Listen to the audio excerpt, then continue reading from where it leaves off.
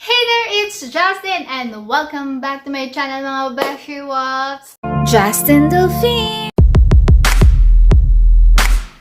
So sa video na to guys is mag-update na ako sa inyo ng vlog ko about this, the Gorgeous Glow PH na Rejuvenating Glowing Kit. So, ginamit ko na siya guys. So, ngayon ang pang 7 days ko guys. At ipapakita ko sa inyo kung paano siya ina-apply.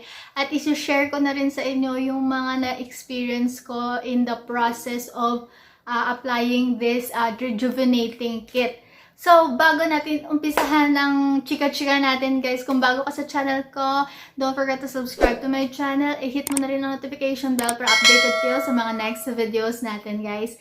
And without further ado, let's get started in 3, 2, and 1. Bye!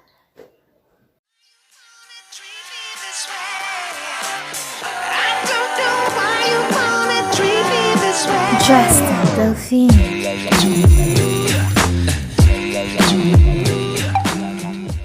And we're back, Beshy Bells! Andito na tayo ngayon sa ating channel again. So, yun na nga. So, sino ba dito ang mga nakapanood ng unboxing ko nitong Gorgeous Glow PH na Rejuvenating Glowing Kit? Yan. So, comment down below guys kung kayo yon. So, raise hands tayo kung kayo yon.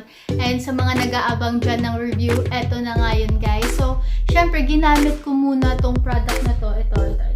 Yan. Ginamit ko muna siya. Syempre, para ma-share ko naman sa'yo na yung tamang review talaga, experience, and ano yung mga na-experience ko during applying nga this product. So, sinabi ko sa sarili ko, apply ko muna siya for 7 days, then saka ko ako mag-vlog ulit para i-share sa inyo yung na-experience ko with this product. So, ulitin natin guys. So, ito yung mga product. So, ang naman nito is tatlong uri ng cream guys. So, we have the Glowing Rejuvenating Cream, the Glowing Age Eraser, then the Glowing Sunblock Cream. So, sa morning ko, itong dalawa sa night. Then, meron silang toner, then the soap, yung parang kojic soap, yung parang papaya yung kulay. Di ba nakita niyo sa ganyan siya? Then, wala na kasi siyang packaging. Nandun na siya sa sa CR, yan sa bathroom. So, ngayon guys, nakapag-wash na rin ako ng face gamit yung rejuvenating, ano ba tawag nun sa soap ngayon? Ang gamit yung, rejuvenating bar, yung parang kojic. Wait lang, kukuhanin. So, ito siya guys, yan, orange, diba? So, yun yung pinang-wash ko ng face ko. So, ngayon, ipapakita ko sa inyo yung pag-apply ko ng evening routine ko using this kit. Jastine Delfin! I-share ko muna sa inyo, di ba meron siyang 5 na product inside. So, sa morning guys, ang gagamitin mo lang guys is the soap, the rejuvenating bar, and the glowing sunblock cream. So, bago mo siya bago ka lumabas sa arawan, at least 20 minutes muna guys before ka lumabas na apply mo na to para let it set muna sa face ninyo at para hindi agad yung pagkalagay mo palang lalabas ka na agad sa arawan. So, hindi nila advisable yan. So, at least 20 minutes before you go outside. Ganun. So, let's go for the evening process. So, sa evening process guys, una is cleanse your face with rejuvenating bar. Then, next is the toner. So, mag-toner muna tayo mga beshi. So, kuha tayo ng cotton balls. And, ayan. Para alam nyo kung paano ko siya nilalagay. Ayan, so, right amount lang. Ang maganda dito sa toner na to guys. Yan, so, pag-apply pala muna guys. Upward motion. Ganun, ganyan lang. Then, wag yung too hard na pag-press.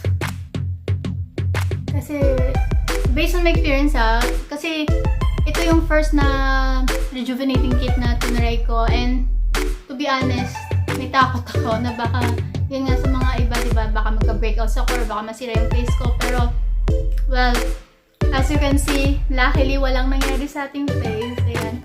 So, yung toner na to guys, basta smooth, soft lang yung pagpahid ninyo, then hindi siya ganun katapang. Matapang siya ng light, pero not other tulad sa ibang brand na toner. Ano talaga, matapang. Ayan. So, avoid nyo lang guys yung eye area kasi for sure mahap dito. Ayan, so isama nyo na rin yung kanyang mga neck. Kasi naka-cleanse talaga siya guys. So, yun. Nai-cleanse niya talaga ang iyong face.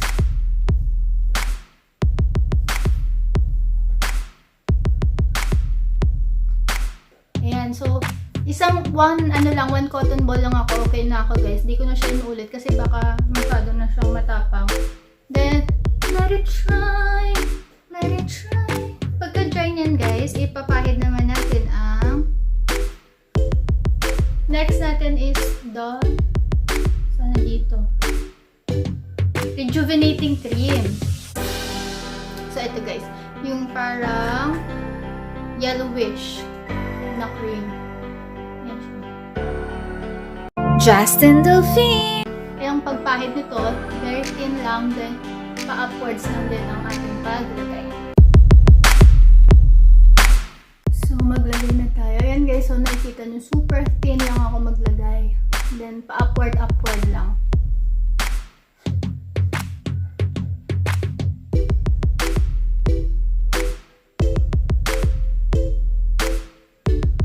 Ayan guys, so sinasabi ni Gorgeous Glow PH na just trust the process. Grabe.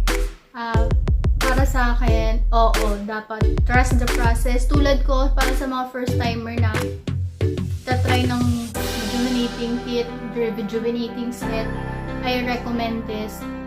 Essential.ph guys. Dun ko to nakuha. So, super na-trust, nakuha na yung trust ko. Kasi at first, I thought talaga magkakaroon ako ng breakouts. Talaga nakakatakot. Kasi diba, pag mga ganyan-ganyan, matapang, or masisira daw yung face. And siguro, nakatulong na rin na naka-ECQ tayo guys. Kasi hindi ako lumabas sa arawan. Nandito lang talaga ako sa loob ng bahay. So, yun lang siguro minsan yung nagiging mali sa process na to. Pag naglagay ka nito, then magpapaaraw ka. So, dun siguro nagkakaroon ng reaction ng face natin guys. So, dapat pag ginagamit nito guys, sundin talaga yung process. Yung direction, sinunod ko talaga guys. Super sinunod ko yung direction. Pag sinabing apply thinly, hindi lang talaga, apply upward. Kasi sinunod ko siya guys. Ayan, so basta huwag niyong pasobrahan, huwag kayong masyadong mainip or masyadong madaliin. Ayan, so nalagay ko na siya guys. Then, after mo ilagay yung isang cream, let it set muna for a few minutes. Saka natin i-apply yung sunod na cream. So, mag-chikahan muna tayo. So, dito nga sa process na to, ang mga na-experience ko nung mga umpisa pa lang na ginagamit ko to, yung mga first few days ko siyang ginagamit, yes, nakaramdam ako ng medyo pangate. Pero very, very light lang siya guys. At nawawala din naman siya agad. So, siguro yung initial reaction niya kasi first time ko nga mag-ganto-ganto. So, medyo nangati siya, lalo siya dito sa gilid ng ating nose. Ayan. Kasi di ba parang manipis yung part na to. So, dyan yung medyo nangati. Pero pag kumati, hindi ko siya kinakamot na todo. Ginaganon-ganon ko lang. Then, nawawala din naman siya. Then, after ilang days, hindi na ako nangangati. At bago pala guys, bago pala talaga lahat ito, gumawa muna ako guys ng test sample.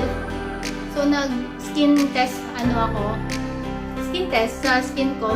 So, lahat ng product, pinahid ko muna siya lahat dito. Then, mistake ko for overnight. And wala namang nangyaring irritation, pamumula, pangangate. So, ayun, the next day, yun, inumpisahan ko na yung pag-apply nito. Kaya sa may mga sensitive skin dyan, mga beshi, advice ko sa inyo, try muna kayong mag-skin test para ma-sure ninyo kung mahihiyang kayo or hindi kayo ma-irritate ang skin ninyo sa mga products na to. Ayan. And yung pinaka-ayaw ko lang dito guys na part na feeling is feeling ko, wait lang, maglalagay. May feeling talaga guys na sobrang nag-oily ang face ko. Yun yung pinaka-ayaw ko doon. Yung sobrang... So, i-apply muna natin to guys yung Glowing Age Eraser Cream. So, ito yung white. Ayan. So, yun nga, sobrang nag-oily siya guys. Pero, nabasa ko pala. Kaya yung pala mga oil, yun yung parang nilalabas niya. Kasi yun yung nagka-cloud or nagiging whiteheads, blackheads sa mga skin natin. natin dyan, especially sa nose. So, parang nilalabas niya pala, kaya nagiging oily. Ayan. Then guys, pag ginamit nyo to, ang bilin nila sa akin, huwag mo siyang haluan ng ibang product. So, ginawa ko rin naman, hindi ako gumamit ng ibang product talaga sa face ko. Ito lang, for 7 days. So, ngayon ang ika-7 days ko guys. And as you can see, glowing talaga ang skin ko at kuminis talaga guys. Ito, nung numpisahan ko to, itong dark spots na to, sobrang dark pa niyan. Ngayon, super light niya na lang. Then, yung mga fine lines ko, guys, grabe, na ano talaga siya, ano tawag, hindi naman nawala talaga, pero, naging less, ano na siya, less visible, ayun. Unlike nung mga una, so, parang naging, ano ka talaga dito, guys, nare-rejuvenate, bumabata ang skin mo, and naging, sobrang kinis talaga, napansin din ng mga tao dito sa bahay, ba't daw ang puti ko na, ba't parang pumuputi yung mukha ko, ayun. So, ito lang naman yung ginagamit ko. And the fact na hindi rin tayo lumalabas, so, siguro nakatulong din yan. So, ayun. Ayan. So, ito yung last na ano natin, na i-apply. So, apply thinly lang din lahat, guys. Then, i-spread lang natin to, massage natin sa face. Then, yun na. So, ginawa ko to guys for 7 days guys. So, merong morning routine, then may evening routine. Lahat po ng direction is nasa box na. So, magbasa-basa tayo and sundin lang natin and just trust the process guys. Ayan. So, ayan o, nakikita nyo guys. Super kinis talaga ng face ko. Talagang ma-achieve mo yung ano, parang glass skin, parang Korean look na skin talaga, as in. As you can see, diba? Ayan. So, basically, yan po yung honest review ko para sa product ni Gorgeous Glow PH at ni Essential.ph na nakuha ko to. Yun, yung kanilang rejuvenating kit. At ilalagay ko rin guys sa description box below ang kanilang mga links para mas mabilis yung mapuntahan. So, again, ang cost nitong set na to is 350 pesos only. Ayan. So, puntahan nyo na guys and grab the opportunity na rin habang nakaka-ECQ pa tayo para hindi tayo makabilad sa araw. Ayan. So, iwasan lang din mag-read ng instructions and trust the process. Yun. Trust the process lang talaga. And yun. First time ko to guys pero ayos. So, basically, that's it for today's video, guys. I hope may natutunan kayo sa video na to. And if you do, please give this video a thumbs up. And don't forget to subscribe to my channel. I-hit mo na rin ang notification bell for updated videos sa mga next videos ko. So, thank you so much for watching, guys. And kung may mga comment pala kayo and suggestion, just comment down below. Nagbabasa pa ako ng comment. Ayan. So, bye! See you in my next video.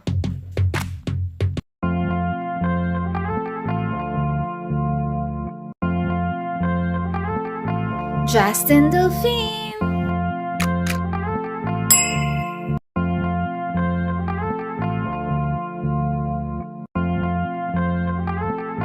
Jastine Delfin.